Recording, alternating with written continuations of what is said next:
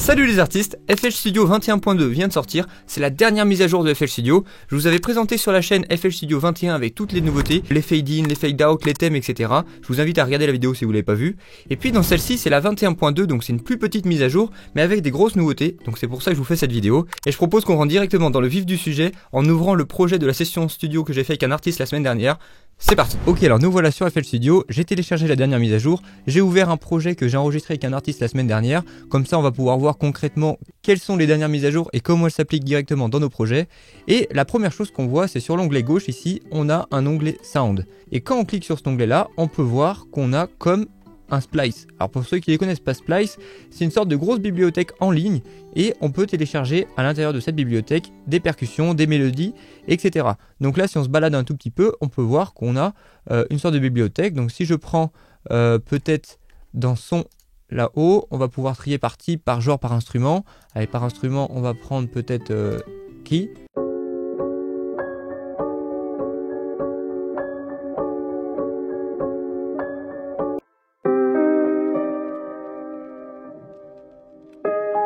Et bien là on peut écouter et si on a envie on peut les ajouter directement dans notre projet ici. Ça la télécharge et puis après on peut l'utiliser. Maintenant ce qui est intéressant toujours dans cet onglet là, c'est par exemple si je mets une boucle de piano, et bien c'est que je peux directement changer son rythme.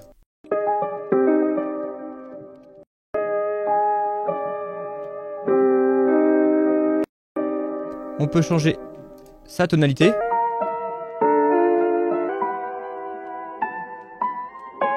Et surtout ça permet de faire jouer vos boucles ou vos percussions dans la bonne tonalité en fonction de la tonalité de votre morceau de base.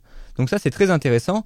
On peut voir ici qu'on peut filtrer bien évidemment comme dans Splice par tonalité, par rythme, par instrument, par genre, etc. Donc avec cet exemple on voit bien que si on ouvre Splice à côté, eh bien on retrouve un peu la même mécanique avec les instruments, les genres et puis on retrouve différentes mélodies. Donc je pense qu'aujourd'hui FL Studio, comme ça vient de sortir FL Cloud, il y a beaucoup moins de richesse par rapport à Splice. Splice ça fait longtemps que ça existe, du coup il y a des bibliothèques énormes dans tous les styles différents, mais à voir comment ça va évoluer parce que ça peut être très intéressant le fait de ne pas sortir d'FL Studio et de pouvoir peut-être avoir qu'un seul abonnement. Et oui, j'ai bien dit le mot abonnement parce que c'est pas forcément gratuit et on va en parler un petit peu plus tard.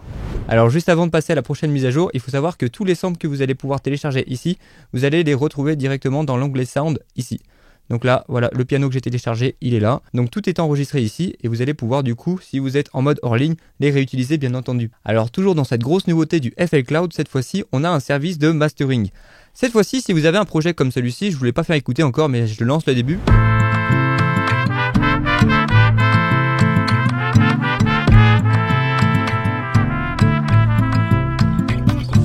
Sentilo come sale piano piano ti invade il tuo corpo vuole ballare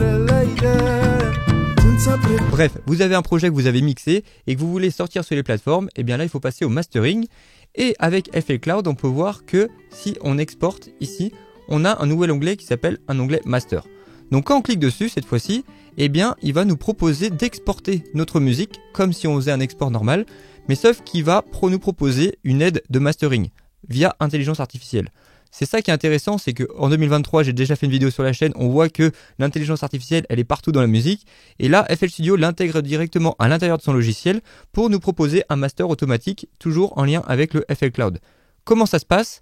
Eh bien ici, dans l'onglet Mastering, au moment de l'export, on peut choisir le niveau de LUFS, qui est, si vous voulez, la loudness, donc c'est là une sorte de puissance pour équilibrer les volumes sur les plateformes. Donc par exemple, si vous voulez mettre sur Spotify, la norme elle est à -14, donc si je clique dessus, on peut voir que là on est à -14 LUFS. Donc sans rentrer trop dans les détails, le -14 LUFS c'est l'unité de mesure de la puissance de sortie de musique, donc c'est le niveau d'écoute. Donc si vous mettez par exemple au-dessus de -14 LUFS, et ben automatiquement Spotify va vous redescendre quand vous allez mettre la musique à -14, donc ça sert à rien de mettre au-dessus vu que ça sera normalisé à -14. Là, FL Studio vous met directement au bon niveau la sortie de votre musique. Par contre, si c'est sur CD, on est à -9.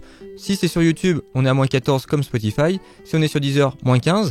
Voilà, donc ça permet, en fonction de la plateforme à laquelle vous voulez exporter votre musique, d'avoir le bon niveau de puissance. De manière, en fait, c'est pour que l'utilisateur, quand il passe de musique en musique, il n'ait pas à régler le volume automatiquement et que tout ait la même puissance dans ses oreilles. Il n'a pas besoin d'ajuster sur son téléphone le volume. Je pense que vous avez compris. Donc bref, l'outil mastering, vous choisissez sur la plateforme à laquelle vous voulez mettre votre puissance. Donc là, par exemple, Spotify.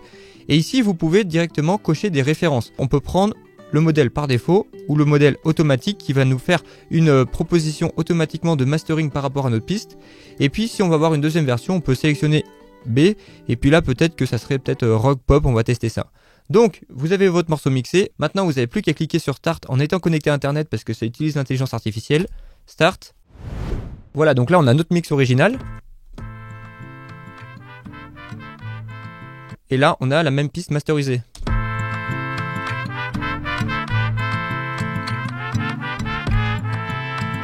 En mode broc.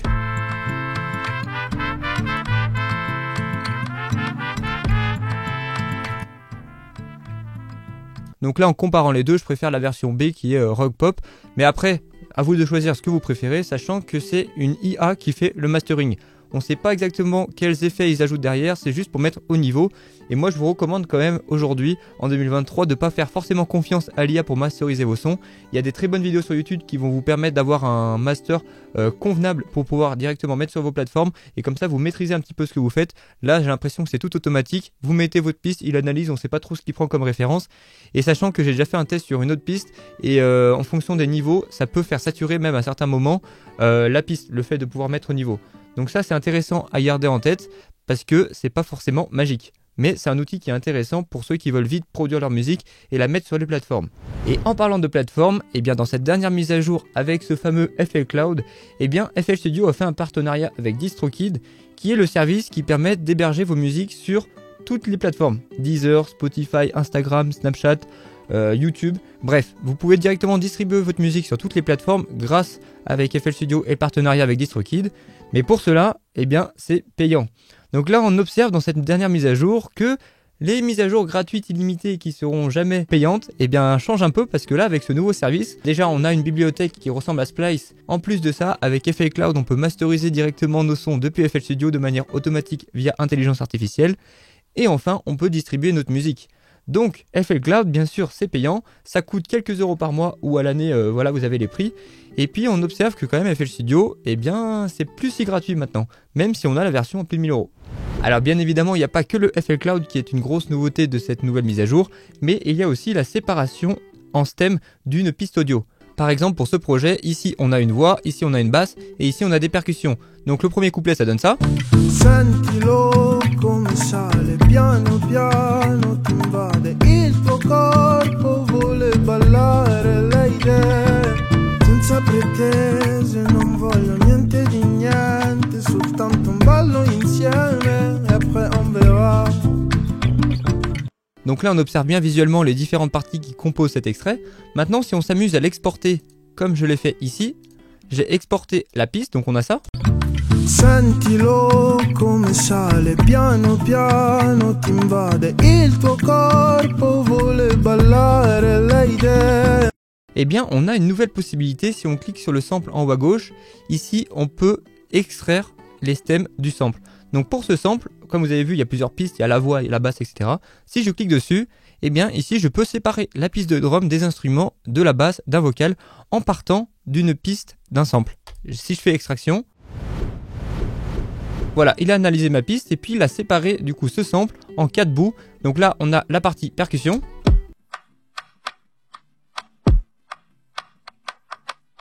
Ici on a la percu basse.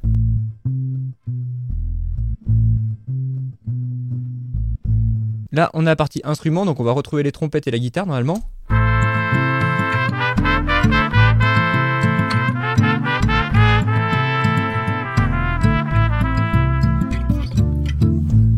Et puis là, il nous a séparé aussi la piste avec les voix qui est toute seule ici.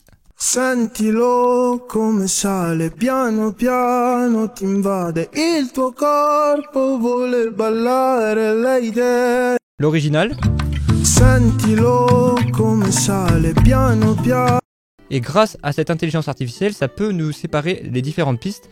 Et ça, c'est vraiment game changer parce que imaginez, vous prenez votre morceau préféré, vous dites mais comment ils ont réussi à faire cet effet? Qu'est-ce qu'ils ont mis comme instrument à tel ou tel endroit? Eh bien, vous téléchargez la musique, vous la mettez sur FL Studio, vous séparez les pistes, percussion, voix, instruments et basse, et vous avez les 4 grosses pistes indépendantes que vous pouvez soit resampler, soit refaire comme vous voulez, et je trouve ça formidable pour progresser et surtout pour comprendre comment une musique est créée quand on débute sur FL Studio. Alors maintenant, si on retourne sur notre projet, dans cette nouvelle mise à jour, si on va dans options et dans thème, eh bien on a la possibilité cette fois-ci de pouvoir colorer nos waveforms. Donc soit on donne un niveau de volume, soit la plus intéressante selon moi c'est wave, et en fonction des fréquences qu'on va lui indiquer ici, eh bien on peut affecter une couleur.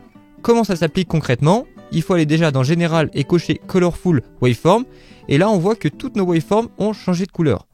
Maintenant, ce qui est intéressant, c'est que par exemple si on prend la fréquence, si je clique sur Wave, la fréquence des 5000 Hz, voilà, 4000, 5000, 6000, c'est la fréquence, généralement on fait tous les sibilances. C'est là où justement on va mettre un de-essor pour pouvoir enlever ces sonorités un peu agressives. Et bien là, par exemple, si pour les fréquences de 5000, 6000, on met la couleur blanc-bleu, par là, j'accepte, et bien on peut voir que par exemple pour notre prise de voix, et bien on observe la waveform où il y a les couleurs blanches qui représentent les syllabes où il y a les S. Sentilo come sale piano piano ti invade il tuo corpo vuole ballare l'idea senza pretese. Bon, vous l'avez compris, c'est bien plus visuel. Maintenant, une dernière mise à jour qui est intéressante, c'est pour tous ceux qui ont la version de base de FL Studio, celle à 80 €, la Fruity Edition. Vous pouvez maintenant ajouter jusqu'à 8 audio clips, donc 8 enregistrements si vous voulez, ou 8 samples qu'on peut trouver à gauche, directement dans votre timeline. Donc à l'époque, c'était impossible d'enregistrer justement tout ce qui était audio clip dans votre timeline avec la première version de FL Studio. Maintenant, vous pouvez aller jusqu'à 8, donc ça c'est super. Et comme je viens de parler des audio clips, ici, bien entendu, vous pouvez synchroniser tous les audio clips des bibliothèques par rapport au tempo de votre morceau. Donc ça permet par exemple si je prends allez, une petite percussion, un type. Donc par exemple si on prend ce sample là, on clique sur synchroniser avec le BPM, il va le synchroniser automatiquement avec le sample. Et ce qui est encore plus intéressant, c'est que si je l'applique, forcément ça match avec le BPM, mais aussi je peux faire fit to tempo. Automatiquement il reconnaît qu'il était à 170 de base. Et bien si je change la vitesse du morceau, et ben il va rester adapté contrairement à tous les autres samples qui eux décalent. Donc après il suffit de faire stretch, ok, et puis lui il va toujours garder ces deux mesures comme il est par défaut.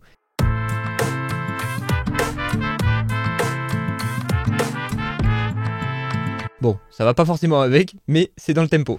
Voilà les artistes, je pense qu'on a fait le tour de ce qu'il faut retenir de cette dernière mise à jour. Je trouve ça très intéressant d'avoir un FL Cloud à l'intérieur d'FL Studio qui permettent d'avoir des percussions rapidement, de trouver des sources d'inspiration sur internet directement depuis le logiciel. Maintenant ça me fait poser un peu plus de questions sur tous mes abonnements. Aujourd'hui on a Arcade, on a Splice, maintenant on va avoir FL Studio. Sachant que FL Studio depuis le début ils disent que une fois qu'on paye FL Studio, toutes les futures mises à jour seront gratuites.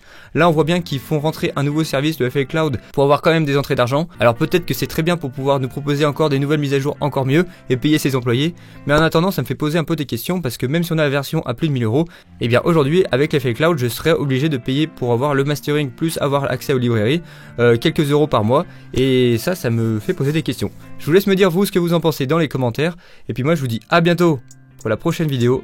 C'était Enjoy, salut.